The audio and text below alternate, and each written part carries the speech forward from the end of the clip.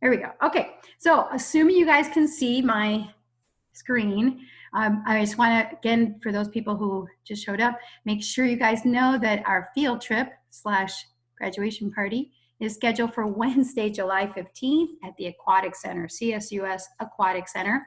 If you don't have a car, you can take light rail, and it's about probably a 10-minute walk from the Hazel light rail station. Hazel is the one just past Sunrise. So you're going on the Folsom train, obviously. And by the way, in case, it's probably still true, the one to Sunrise goes every 15 minutes, but past Sunrise, like Hazel and Folsom, is every half hour. So if you get on the quote unquote wrong train, you'll be in Sunrise waiting 15 minutes for the next train to come. So no big deal, right?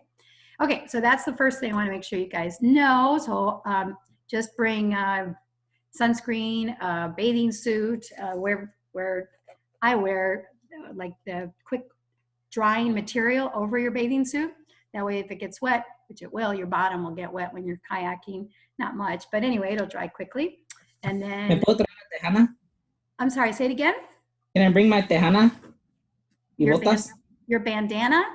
No, tejana y botas. Tejana. ¿Qué es tejana? ¿Sombrero? Sí. Tejana. You know what? As long as you're okay with it getting wet, students have been known to splash each other. I know, shocking, shocking. So if anybody splashes anybody, your hat will get wet. Okay? So yeah, the other thing about hats though, if it's not tight, I don't know if it's windy in July, but if it's not tight, it could be blown off. So I have the kind of hat that actually has a little string, you know, on my chin, so I don't lose it. Because I used to wear a cap, and the cap I've almost lost a couple times. So that's the only thing I'd warn you on, unless your tejana has some little string to tie it on. All right, so that was the first thing I want to make sure you guys know. Next thing is next Wednesday is your test. I was looking at it, and I think it's pretty similar to the practice test. So that's the goal, by the way. The last thing we're going to do today, hope you guys can see this, after we do the prep for practice C problems, then we're going to go right to the practice test. We'll see how much time we have to get through that.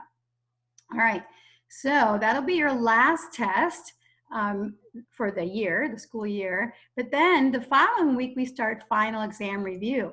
So I have a question for you guys, and that is, how many do you want? I'm open, you know, for you guys. The issue really is, okay, you're not any more assignments from work study programs, so you know we could meet on Tuesday if you want. And I don't know if you guys have a final, if you did the AP English test. My kids didn't if they took the AP test. But anyway, so I need to hear from you guys how many sessions you want. We can go through the review packet that I provided for you, that I uploaded on Google Classroom. So I'm not sure how I'm going to do this. I may either send you guys a survey, or I would appreciate just an email, just an email to me. Think about that if you want more than one, because we got to go through all the chapters. Well, most of the chapters anyway from the spring semester. Okay, so that's the other thing you guys need to think about. Okay, so we're sort of starting chapter 20 together, sort of because you guys have already started it. I was impressed with some of the homework I already received and graded that was due today. And so you guys were able to already go through some of these videos. But first, I want to go through the handout, which I did post for you guys. Let's see, do I have it as a PDF? I think so, right here. Okay, so here's the chapter 20 summary that I made for you guys. And let's see, I'm going to zoom in here.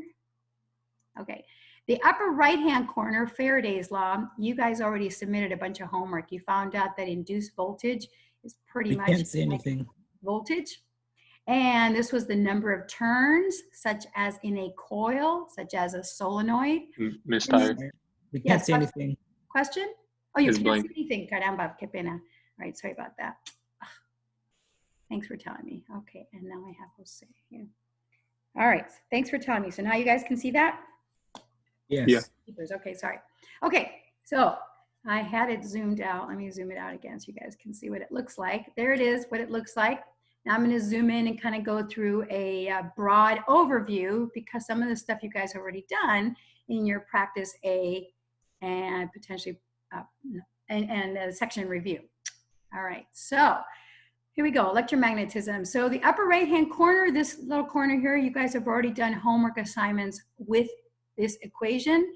This epsilon is induced voltage, EMF. We've been writing the text, but just writes lowercase EMF, electromagnetic force. And it's negative N being the number of loops, such as in a coil, such as in a solenoid, and the change in magnetic flux. There's a formula for magnetic flux versus change of time. So as you guys notice by doing the simulation, you'll only have induced voltage when there's a change. So when you stuck that loop into the coil or pulling it out or moving it in there, that's when you got induced voltage. If you stopped right in the middle, then the light bulb wasn't on because there was no induced voltage, so there's no current. All right, so anyway, so that's a summary of Faraday's law. Okay, let's see. Going to the left, some of you guys did see this video. The one of Khan, I think, is the best one. They did a really good job, I think, of explaining why that force is pushing that coil around inside that magnet. You can either spin the magnet around, which is kind of tough when they're big, particularly in electrical generator power plant. So it's just easier just to spin a coil around inside a permanent magnet. That's what I want to end up the class today, about the power plants and how the power gets to your house, etc. Okay, and then in this case here, we have the commutator reverses the current, and the brushes that carry the current through this circuit. And you finally realize what AC is, alternating current, because the current, the direction of the current was actually reversing. It would go around and the coil inside would make a half revolution, and then the current would change direction and the coil in the middle would continue its rotation. All right, so that's just a summary of that. Moving on down here is another good picture, electromagnetic induction. Here's the one that you actually see in that Khan video. The force on the left side is pushing it up. Why? Because the current is coming, let's see, it's kind of hard to see the direction.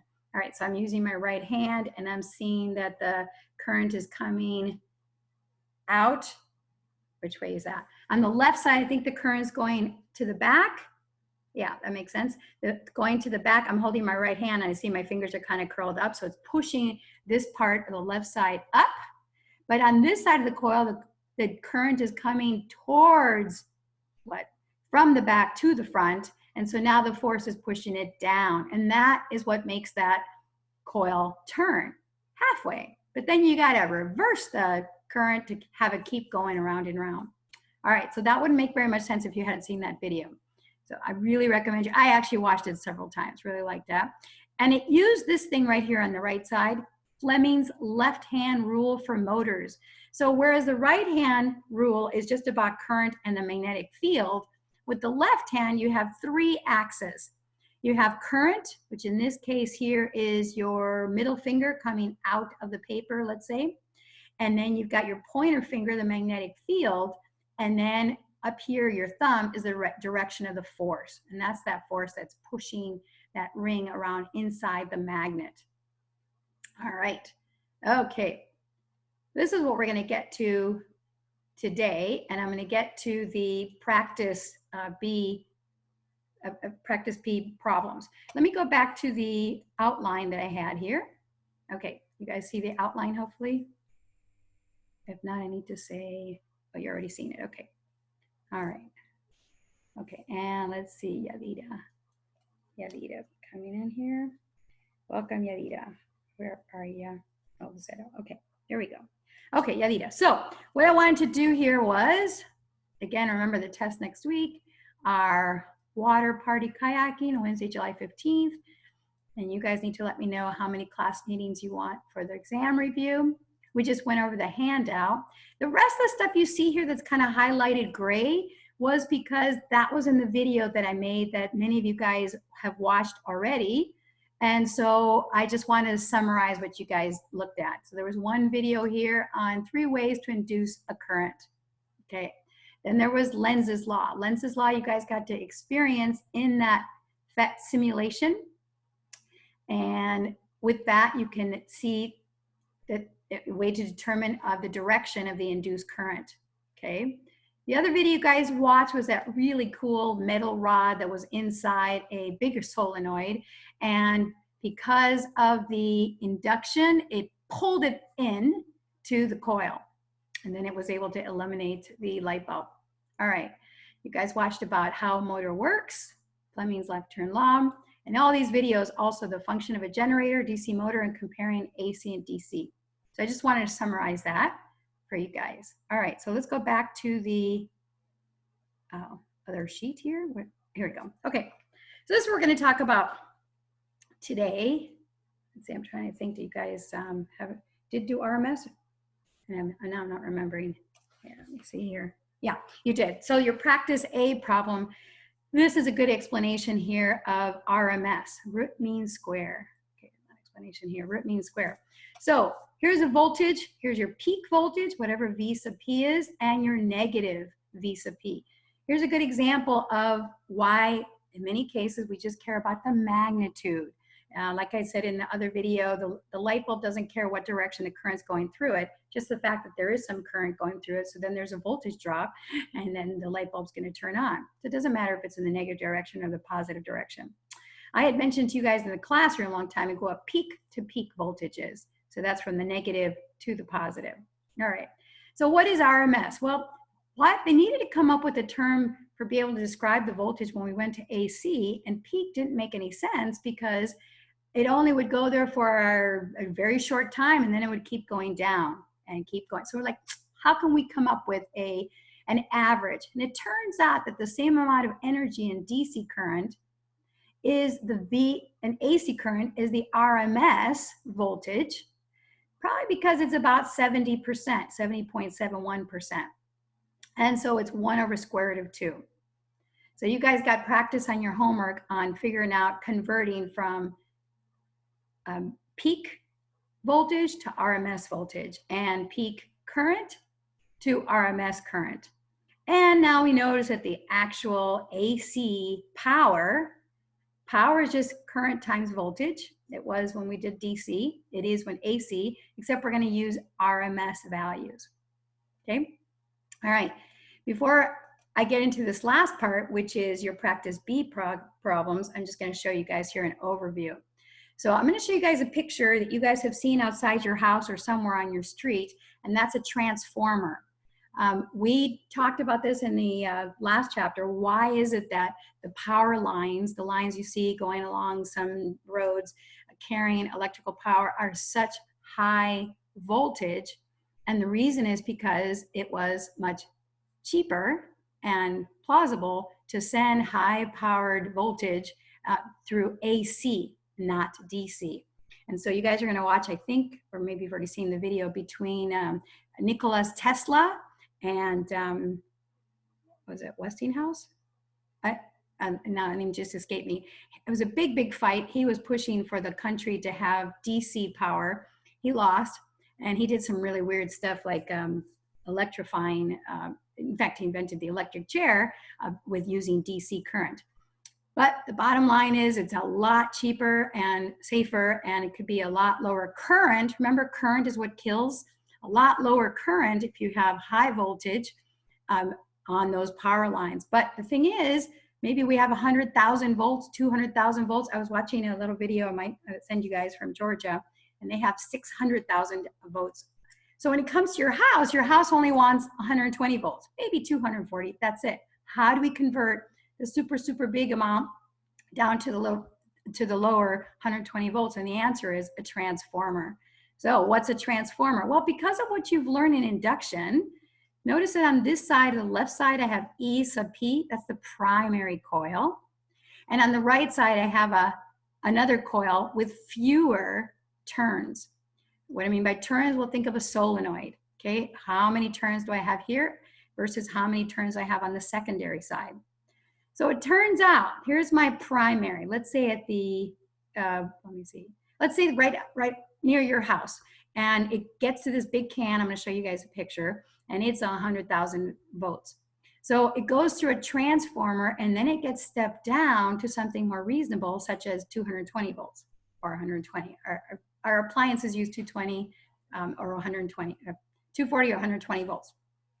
And so it's really simple matter of the ratio of the loops.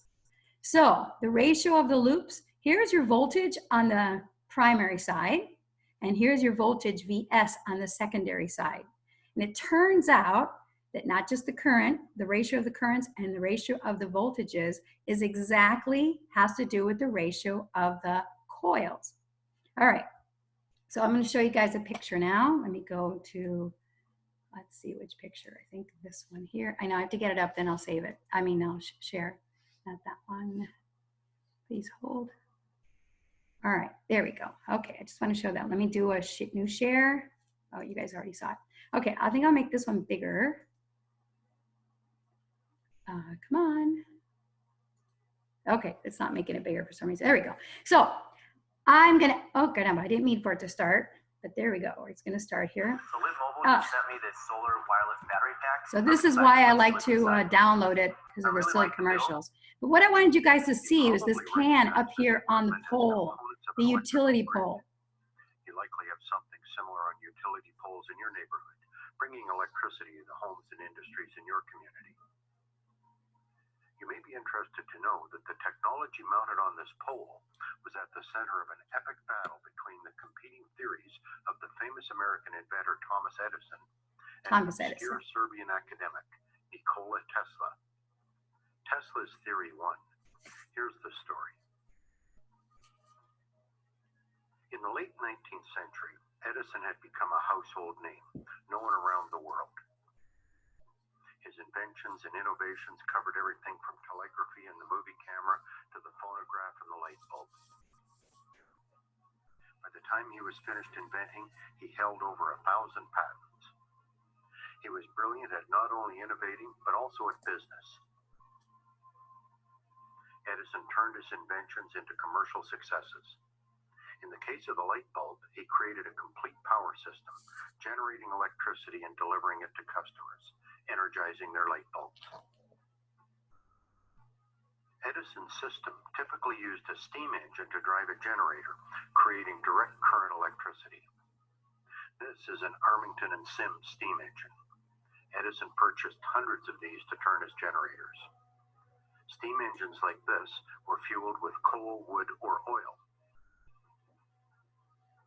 This miniature steam engine demonstrates the process.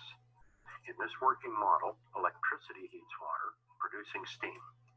The pressurized steam is controlled by a valve system to drive the piston back and forth. A connecting rod from the piston connects to a crankshaft. This device converts the oscillating linear motion of the piston to a rotary motion, turning the flywheel. A valve controls the speed of the engine.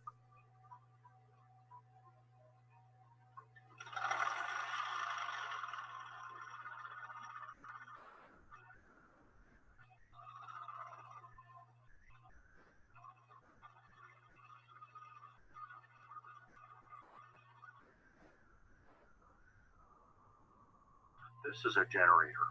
Permanent magnets surround coils of wire. The coils rotate in the magnetic field, inducing a flow of electricity.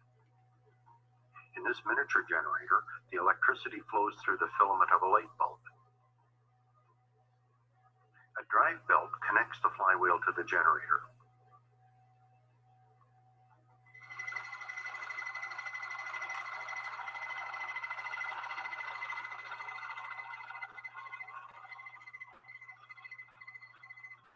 Once it is up to speed, the filament glows. Electrical energy has become light energy.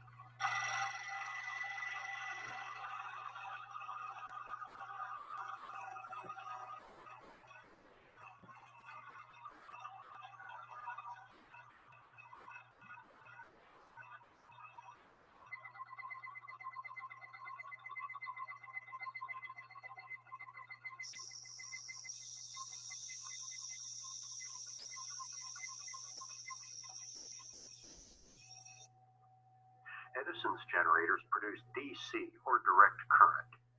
This means that the current, a flow of charged particles, usually electrons, always travel in the same direction, from one terminal of the generator through the load, in this case a lamp, to the other terminal of the generator. Battery cells also produce direct current. electrons flow from minus to plus. Edison built hundreds of DC plants around the world. He realized that there was a huge market for electric light. But there was one technical problem he had not resolved. The electricity lost energy as it traveled through the wires. Once the wires from the generator exceeded 2 kilometers long, there was not enough electrical energy left to turn on a light bulb. Like 1.2 miles. Every customer had to be within 2 kilometers of the power plant.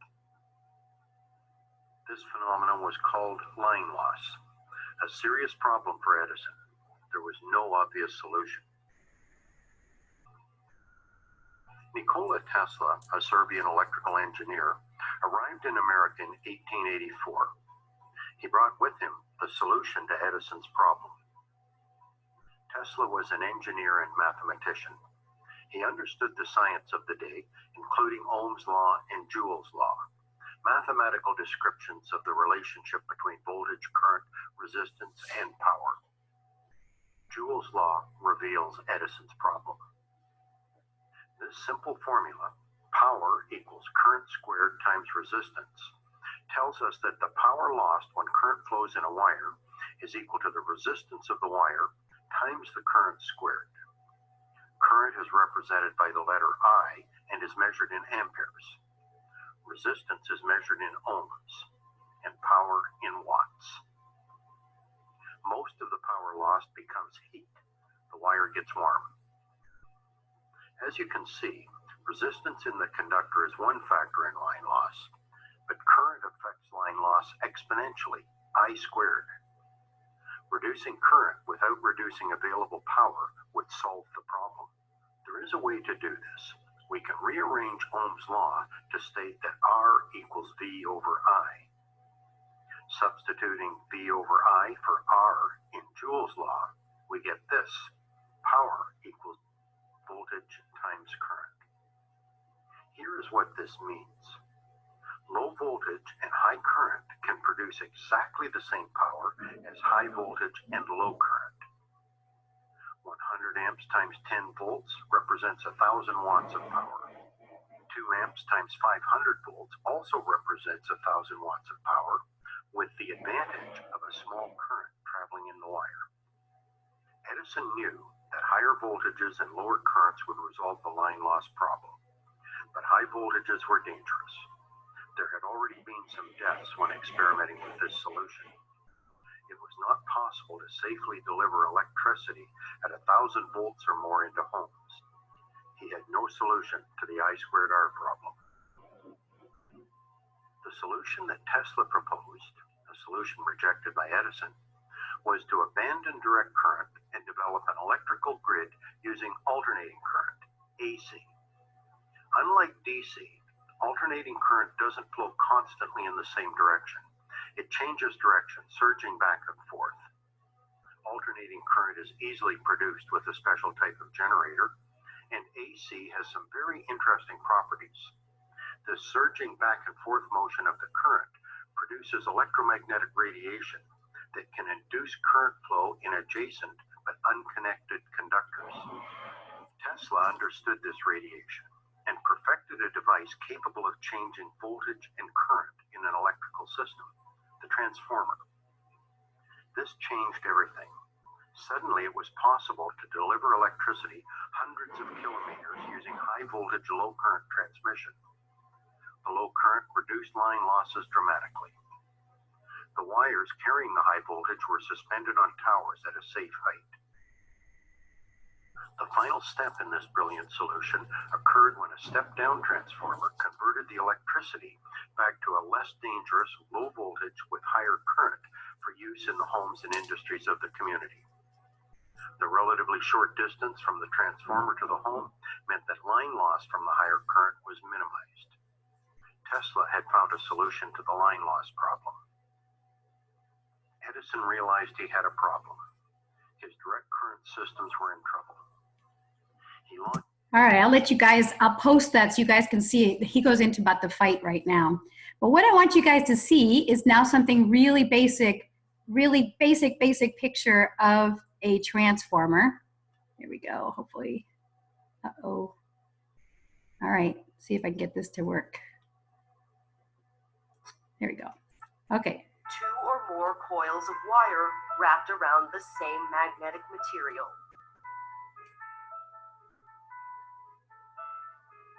If a DC current passes through, then the transformer doesn't do anything, and the coils behave the same way they would if they were replaced with normal wires.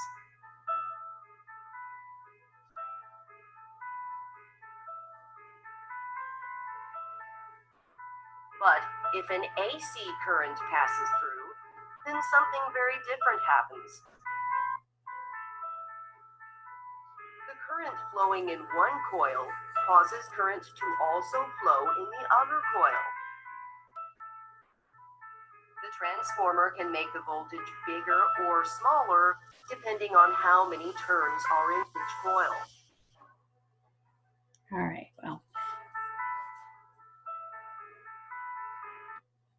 Okay, so the point there, it's good enough there for me. Close that. The point there, go back to my picture here that you guys have, not that one. Hold on, I get it here. All right, and I got to share the screen here. New share. Here. Oh, you guys already saw it. Sorry. Okay, the point in that cartoon 3D-ish was showing that when you have current going through, say, the primary coil, because of electromagnetic induction, and because of what you guys have learned with the right-hand rule and the left-hand rule, that's going to induce a current to be in the coil that's next to it. So that's the first part. So current is going to be induced. Well, then a current is going through here, and we're going to have a voltage across that coil depending on the number of coils. Okay, so I wanted to get back to what a generator is, and I found something I thought was good. And see if you guys can see this. I can't tell if you can. Yes, you can. All right. So I went into SMUD, and we're just gonna watch the first couple seconds. I think I have it here, right here maybe. And I wanted to see, well, where does our power come from in Sacramento? Where is that specifically? All right. So what does this mean? Solar power, hydroelectric power, wind power, biomass, geothermal. What exactly does that mean? All right, so I think I did have it over here. So I want you guys to think about in your generator, like the hand crank one that I had, and I could show that again, where my hand was turning the crank, that was mechanical energy. And then because of the magnet and the solenoid, I then generated electricity. Okay, so it doesn't have to be my hand crank. It could be, notice this picture right here, the water of a dam. What happens when I have water from a really high level drop down to the bottom? I have MGH. I have potential energy. That's energy. That water can fall down on a wheel, let's say. Maybe you've seen those big mills, water mills. It turns a wheel, and that could be the thing that's going to turn the crank instead of my hand turning it. So that's using the water. Okay, wind. Let's see if they can get it. Wind can also turn those wind. All right, you guys, I had it ready. I don't know why it's not working now. Not loaded. Maybe I'll send that to you guys. But the wind can also turn that. And what's going to turn is something called the turbine.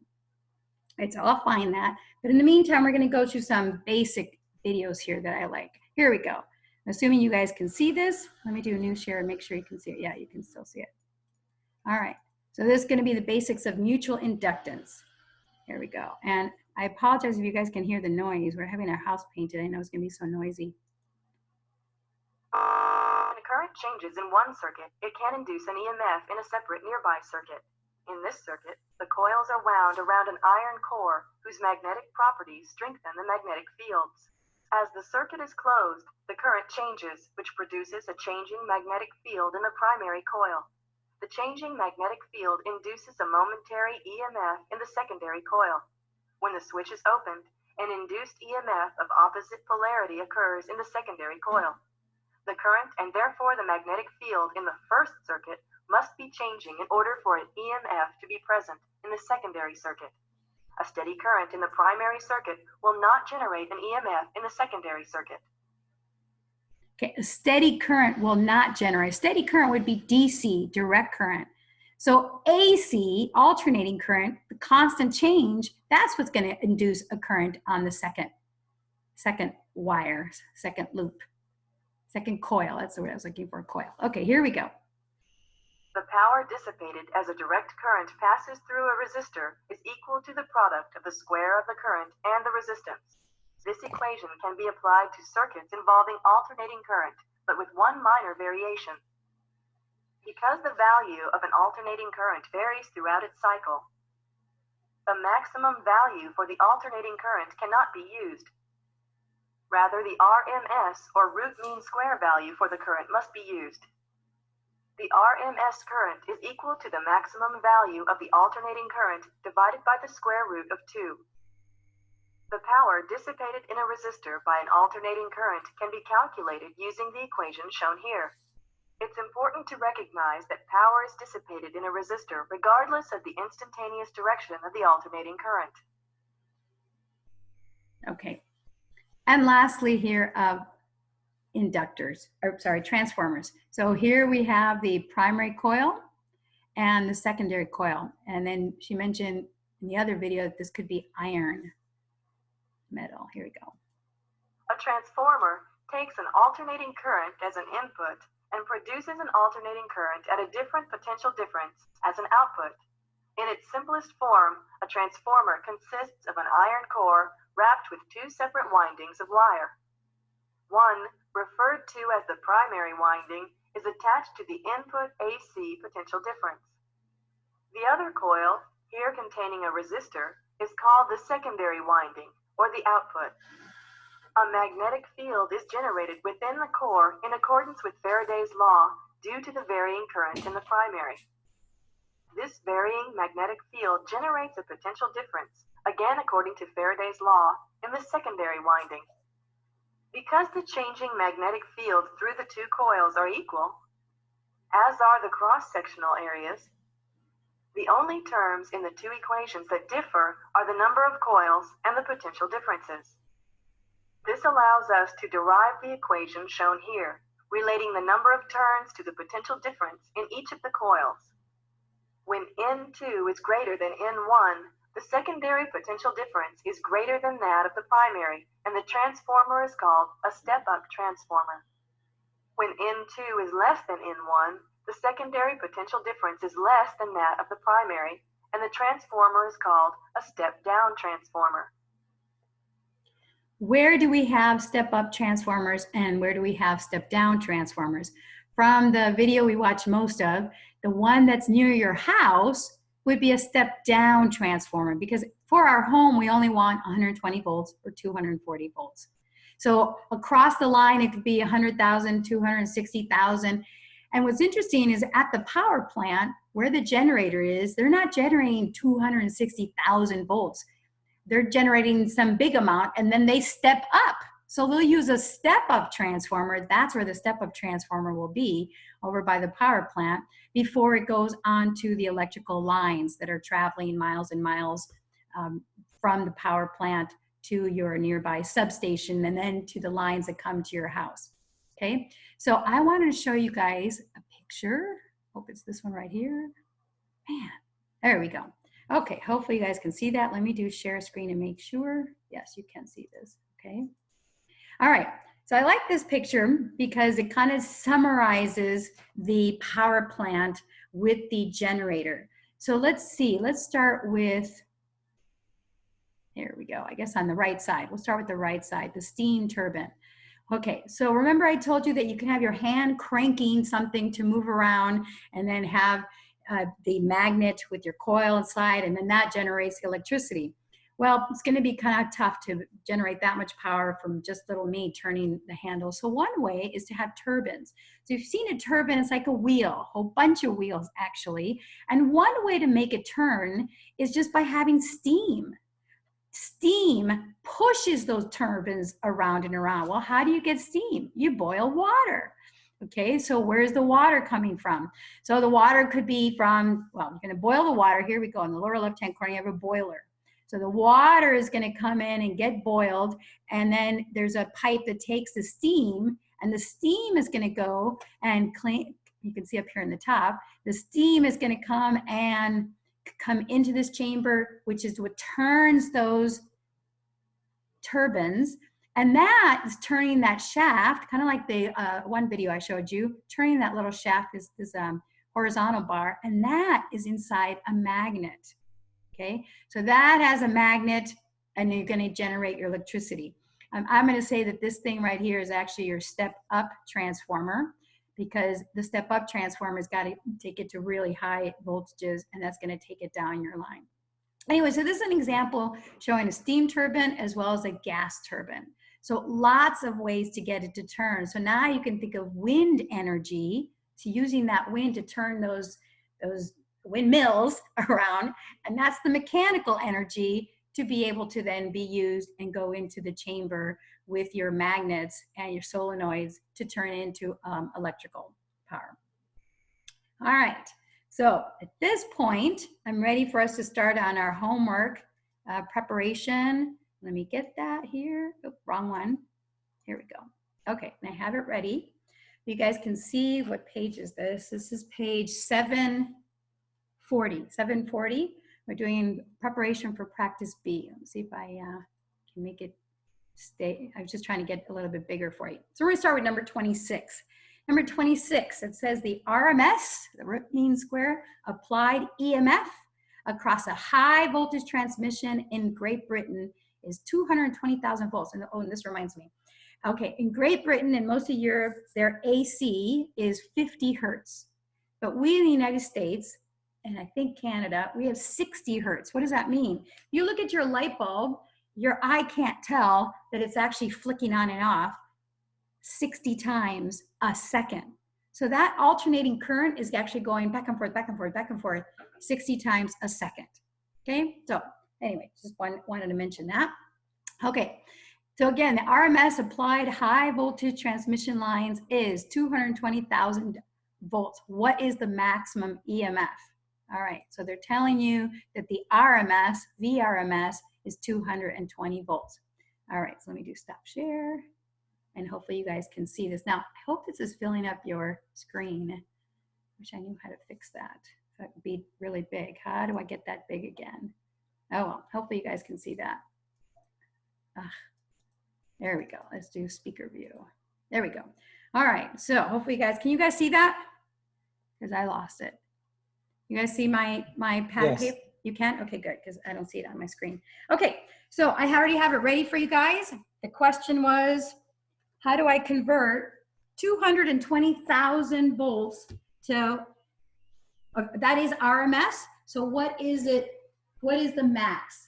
All right, so we need to know the formula. And this is the one I want you guys to picture. When I forget, I just draw, and I remember that the RMS is the one that's slightly smaller than my max, okay? So my formula is V max is equal to square root of 2 times V RMS. How to remember which way it is? Well, I know square root of 2 is more than 1.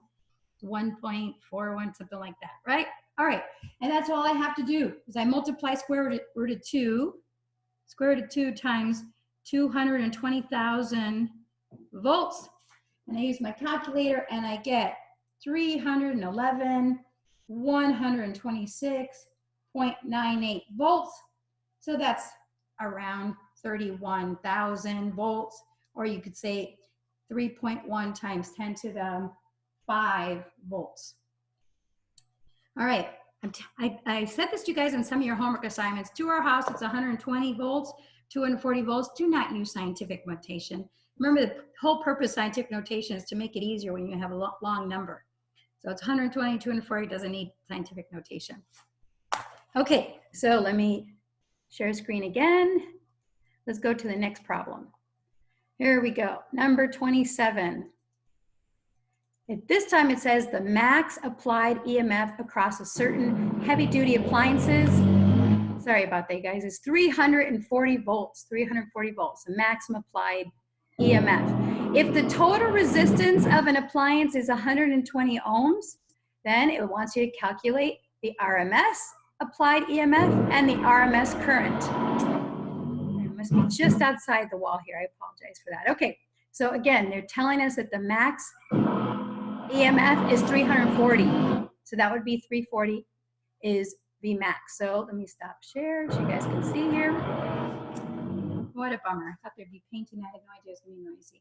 Okay, so here we go. I set it up for you guys. We have V max is 340 volts.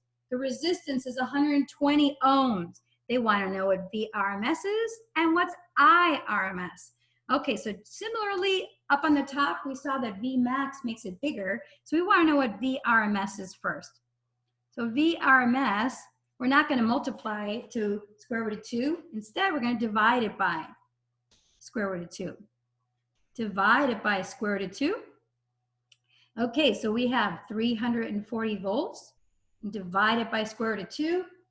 And we get 240.416 volts. So that's about 240 volts because they only gave us 2 significant figures. All right, so it's 240 volts, which is appropriate because that's pretty much coming into our house. Okay, now it wants to know what IRMS is. And you guys remember that I have this memorized. V is equal to IR. Well, it turns out VRMS, RMS is equal to IRMS times R resistance. Okay, so we want to know what IRMS is.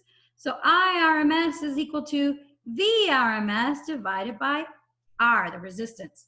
So what we figured over here, 240 volts, of course I would leave that in my calculator, 240 volts, and we divide it by the resistance, 120 ohms, and we don't need our calculator for this one, we get exactly 2.0 amps. All right, 2.0 amps. All right, let's take a look at the next problem. All right, let's share screen. Here we go, back to this one. All right, the next one, number 28. See if this one's any more interesting. Ay, caramba, sorry about that, you guys. So sensitive. All right, I guess I won't touch with it. The maximum current that can pass through a light bulb filament is 0.909 amps when the resistance is 122 ohms. So part A, what's the RMS current conducted by the filament? And what's the RMS EMF across the bulb's filament? Yes, it's EMF is basically voltage. Okay, it's basically voltage. And then lastly, how much power does the light bulb use? Okay, those are our questions. So I set it up for you guys already. All right, now I wish I can see it. I can't see, guys. Is this all right? Can you guys see that? I don't know why it goes away, but hopefully you guys can see that. Is that all right now? Or should I move it up higher? Okay? All right. All right, so I've got I max is 0.909 amps, and the resistance is 82 ohms. It's asking for IRMS, VRMS, and then the power. All right, so just like we dealt with voltage RMS, it's the same thing with current.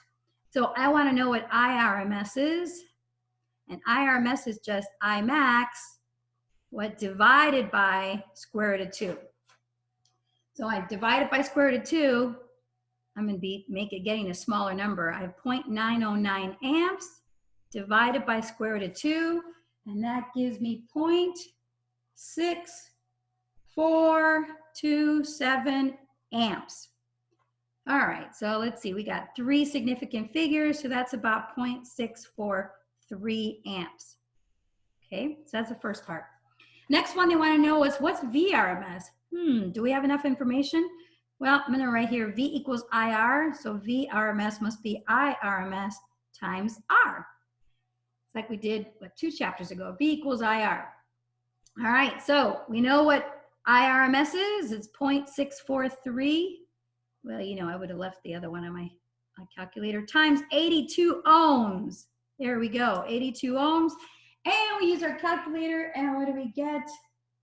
I got 116.98 volts. So I'd have to say that's about 117 volts. All right. Lastly, it wants to know what the power is. So I remember that P equals IV. That's just one of those things I have memorized. So for this case, I got IRMS and VRMS. So there you go. I'm just going to multiply 0.643 amps times the voltage, which was 117 volts, And I multiply those two, and what do I get? 75.2 watts. Okay, 75.2 watts. All right, simple usage of those calculations that the equations you already had to use before. All right, the last one, I have to go to the next page. That's always tricky, then I have to move it over. Okay, here we go, number 29. Hope you guys can see that okay? All right. Sounds like it's a blow dryer. We're using a blow dryer. I'm move this down out of the way. I can't move this out of the way. Let me move it. Oh well, this thing's in my way. 996 watt hair dryer is designed to carry a peak current. So this is what you'd be looking for. Is it a peak current or is it RMS current? That's what you care about. And this one's a peak current. And it's a 11.8 amps. So it wants to know how big is the RMS current in the hair dryer and what is the RMS EMF across the hair dryer. So what's the voltage? Okay, so let me see. I think I have this set up for you guys and I wish I could tell if you guys could see it okay. Let me stop share. All right, I'll push this up higher. Assuming you guys can see this. Hope you guys can see that.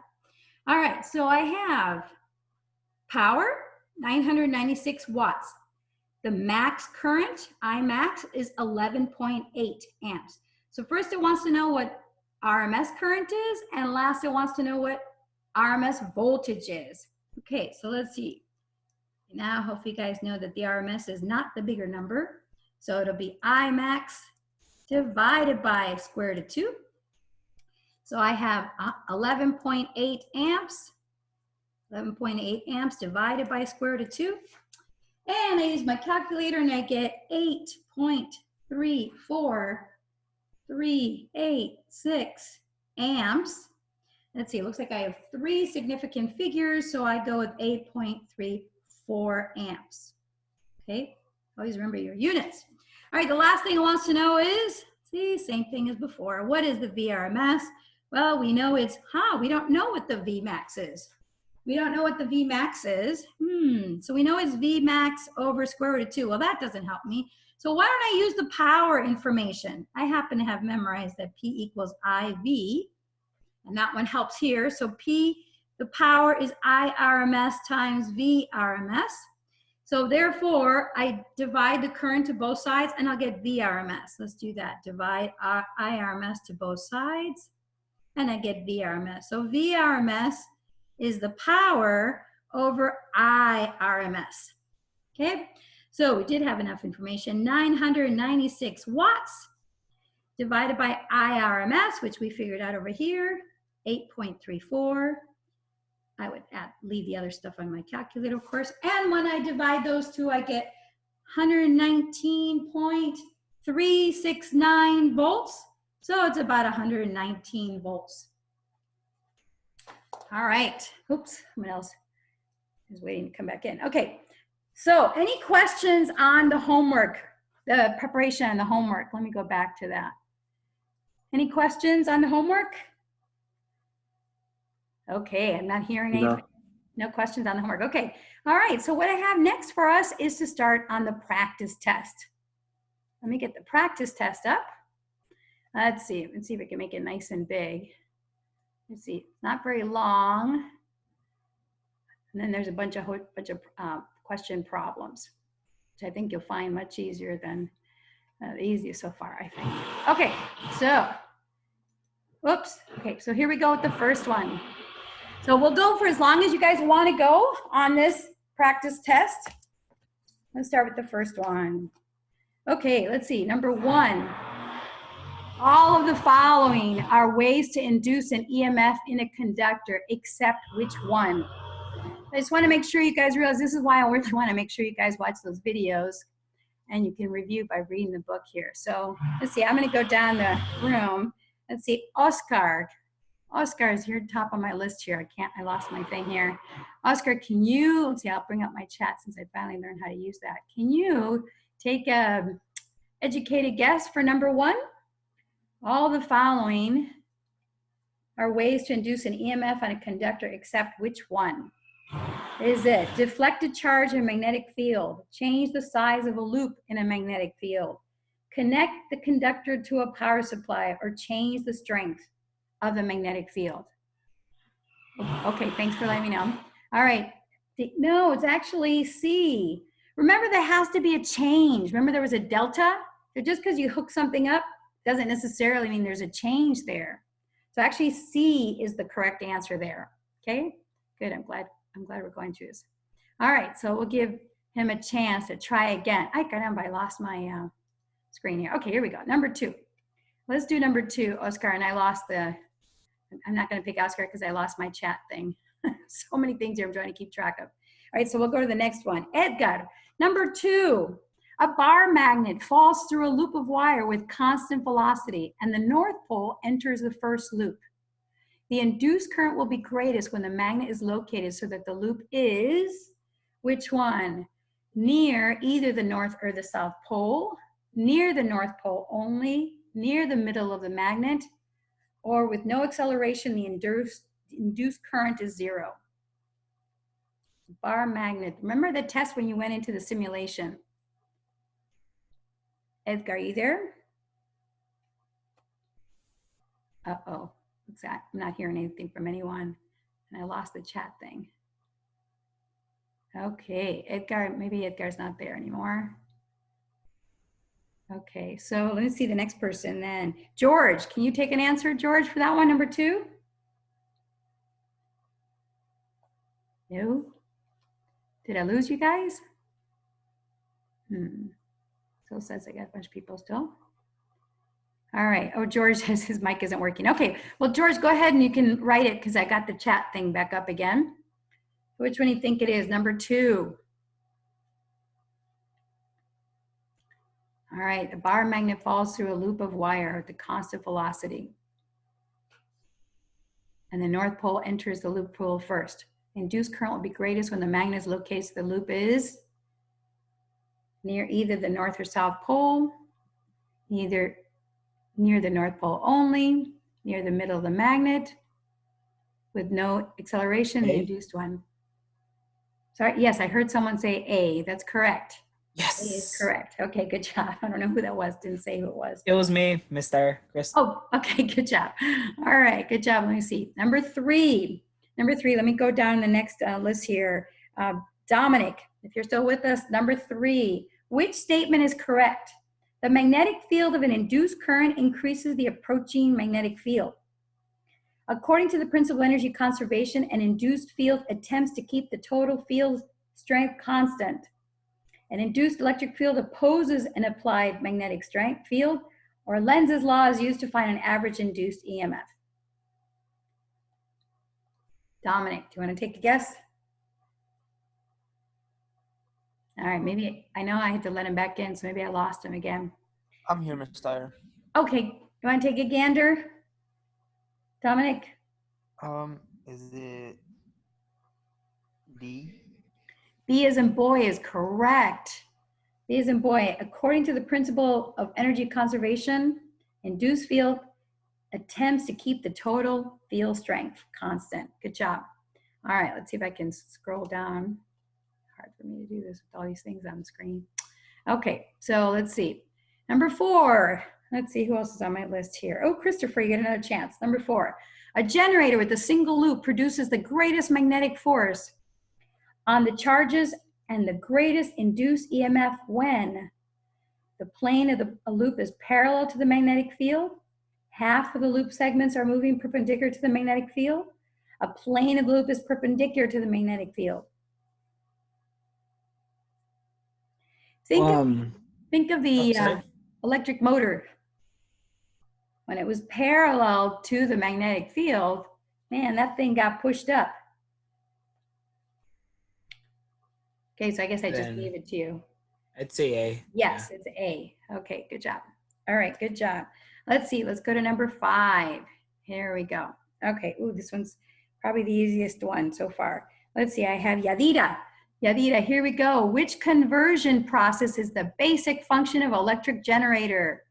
Mechanical energy to electrical energy to mechanical, low voltage to high voltage, or vice versa, or alternating current to direct current. Are you with us, Yadira? Remember the example of the hang crank? That was mechanical energy to an electrical energy. That's a generator. That's how we're getting electrical power. Okay, there's something mechanical that goes on first, whether it's water being pushing down or the stream pushing down the turbine or someone's cranking something, all right? And the motor is the other way around. You guys haven't learned that yet. A motor is the other way around. So in our car, oh, I guess I can't just do one line here. In our car, we're going to combust the gasoline in our motor to then turn the shaft to turn the wheels of our car. Okay, so that's what a motor is. So really a motor and a generator are the same thing except backwards. Okay, so the electric generator is mechanical energy to electrical energy. Okay, and a motor is electrical energy to mechanical energy. All right, so I didn't give Yadida a chance to answer that. No problem, there's another chance here. Okay, here we go. Two loops of wire are arranged. I just noticed here, our next one, okay, is practice C. We can do practice C. Did I do the wrong homework, you guys? Today, yeah, I was supposed to practice. Well, I just realized I wanted to do the preparation for practice C for you guys, not practice B. So I think in this time frame, I'm going to have to do it separately in another video. Okay, I'll do that probably tonight for you guys. I'll post the video on the practice C ones since I did the wrong ones. Okay, so let's do number 6 here since we started this one. Two loops of wire are arranged so that a changing current in the primary will induce a current in the secondary. The secondary loop has twice as many turns as the primary loop. As long as the current in the primary is steady at 3 amps, then the current of the secondary will be which one? Okay, so this is one really is your practice C homework that I should have done, which I meant to do. So let's just do this one. Make sure you guys got this one. All right, so here we go. I'm going to bring this one open. Open this one up. Okay, so it's saying, what do we have? The first one, the primary has, let's say, X turns, and the secondary has 2 times as many, 2X turns.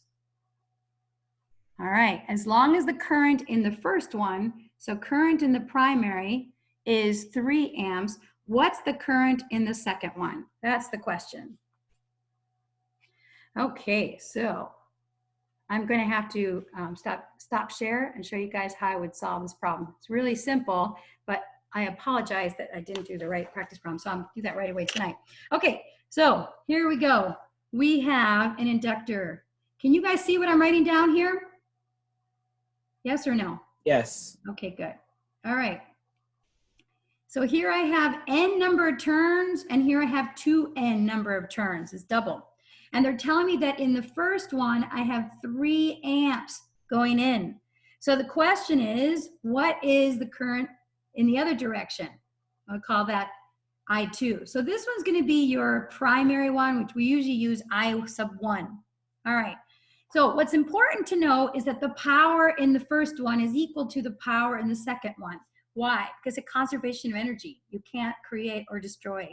And we know that power is equal to I times V. All right.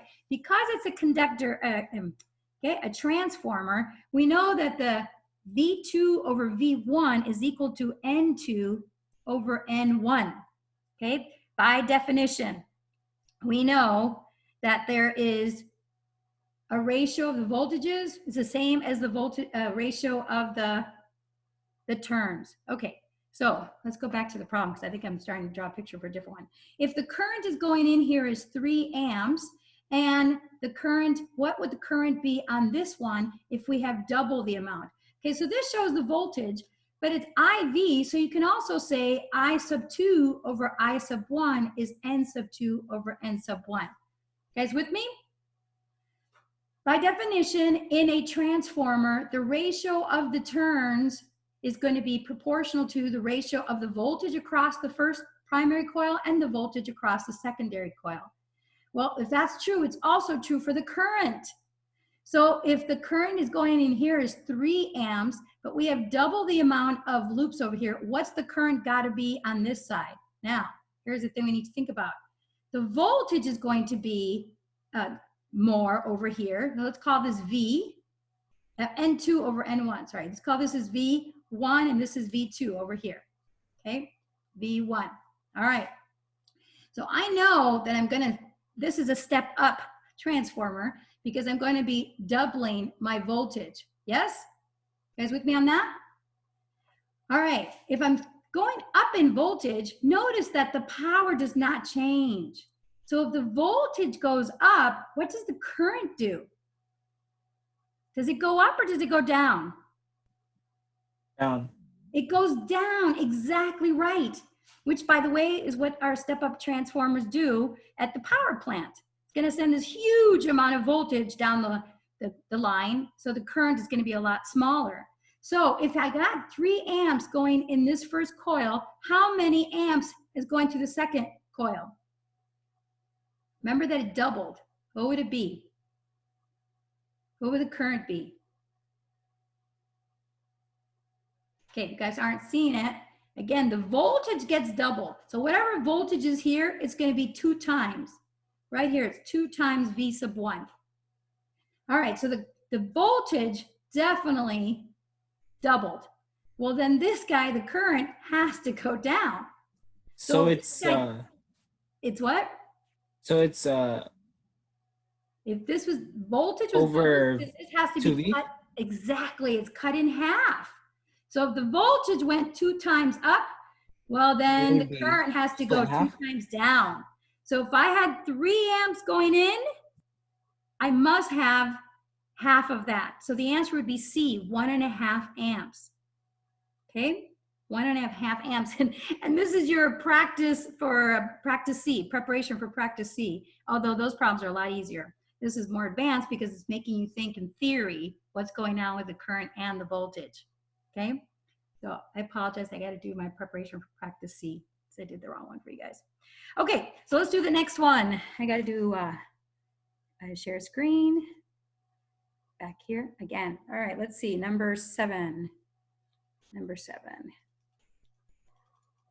Okay, all of the following statements about AC, RMS values, and maximum values are true except one. Okay, RMS values may equal maximum values. Is that possible? Can an RMS value be the same as a maximum value? No. No, so why waste our time reading anything else? That's right. By definition, there's going to be a difference of square root of 2 from one way to the other way. Okay?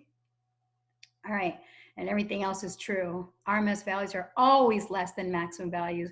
RMS values about 70.7% of the maximum values, and they're different from maximum values because alternating current is at its maximum only for an instant. Okay, muy bien. All right, number 8.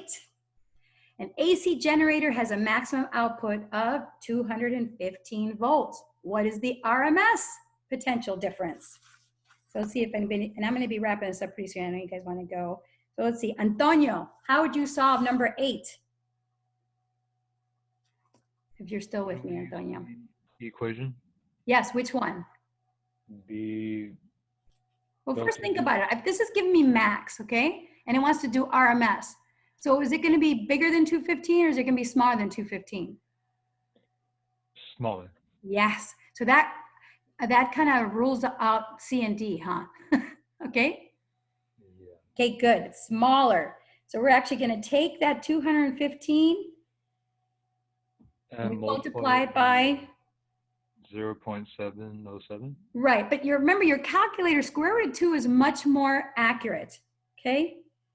Because it's a lot more decimal places, but you're right. And then you get 152 volts. Yeah. Okay, muy bien, muy bien. All right, we're gonna do number 9 because that'll help you guys for practice C, which I was supposed to do. The step-down transformer has 2,500 turns on its primary and 50 turns on its secondary. If the potential difference across the primary is 4,850 volts, what's the potential difference on the secondary? So here's my question to you. Is this a step-up transformer or a step-down? Your first one, your primary, the one on the left, is 2,500 turns, and then the one on the right is 50 turns. Will this be a step-up transformer or a step-down? Step-down makes it smaller. Step up then? Bigger. We're Would going it to be go step up? from 2,500 turns down to 50 turns. Oh, so it would be a step down. That's right. Step down. Okay, muy bien. And it tells us we start with 4,050 volts. So we know it's going to be less, a lot less. How much? It's the ratio. The ratio. So let me go ahead and stop sharing and we'll start do this one here on paper. All right, here we go. So it says the first one, try to draw it like this one.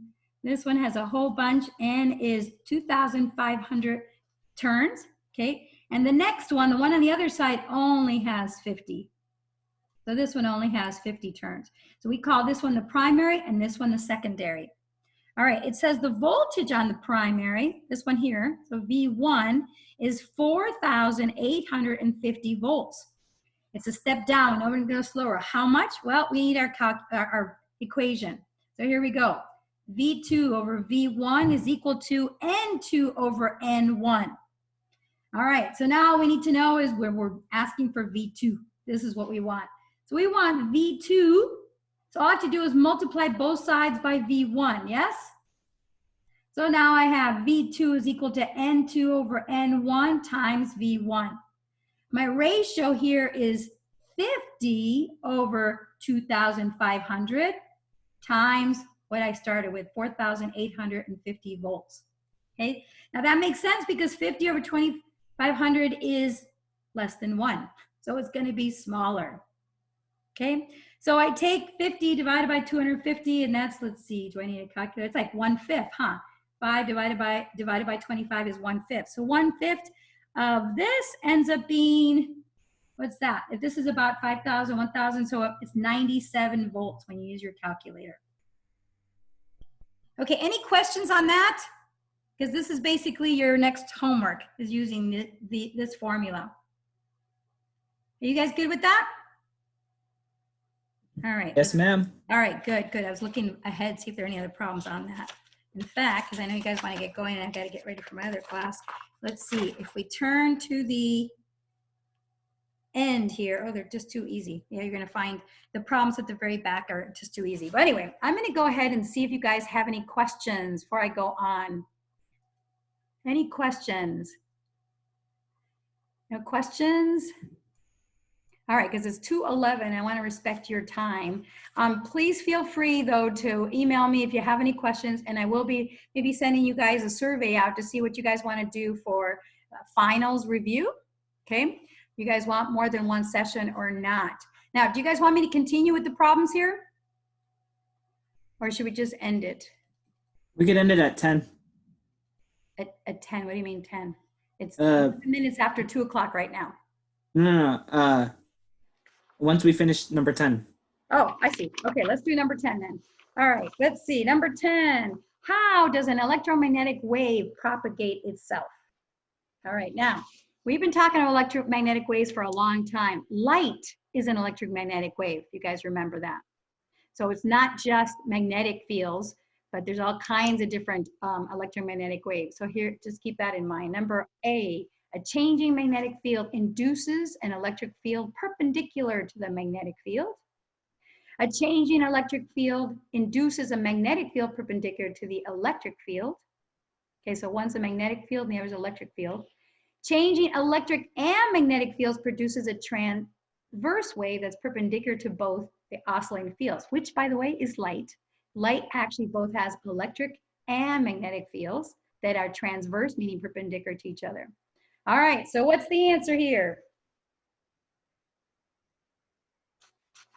Who else is here? Eileen, are you here? What do you think the answer is, number 10? And it's okay, some people probably already left. So anybody else want to take a gander on this one, number 10? Would it be A? No, the answer is D. It's all true. Oh. Remember, the difference between A and B was one was just magnetic field and the other one was just electric field. Still true. Okay, so a changing magnetic field induces an electric field, but a change in electric field induces a magnetic field. What does that mean? That means if I am putting that magnet inside a coil, okay, I can induce an electric field. But if I have current running, the current, remember, you can like create like as if there's a magnet there. That's what those two mean. And then C is just saying, hey, by the way, light does both, which took them a long time to figure out. All right, and last but not least, how many electromagnetic forces exist? Just one, called electromagnetic force. How it's created can be different. It could be through a magnet, magnetic field, or it could be through electrical current. Okay, we might as well finish the page. Where is the energy stored in electromagnetic waves? Where is it stored? In the waves moving atoms? In the oscillating electric and magnetic fields? In an electromagnetic force? Magnetic force? Or in Could the it be in the waves? field? Yes, it's B. Good job. It is B. In the oscillating electric and magnetic fields. That's where the energy is. Okay? All right. And shoot, you guys, we only have one more and we're done with the multiple choice part. So which of the following statements about electromagnetic radiation is true? Does it transfer energy to objects in the path of the electromagnetic waves? Can it be converted to other energy forms? Does it transport the energy of electromagnetic waves? Or is it all the above? Would it be all of the above? That's exactly correct. Good job. All the above. Yeah, good job. Okay, you guys, it's 2:15. Remember, next week is the test. And hopefully you guys got enough to get you started on the next practice problems, but I'll try to get that tonight. But at least I gave you guys a review for the test. So, all right, you guys, keep up doing the good work. And I'll see you next week. Bye-bye. Bye, Miss Dyer. All right, bye-bye. Have a good week. Thanks, you too. Bye-bye.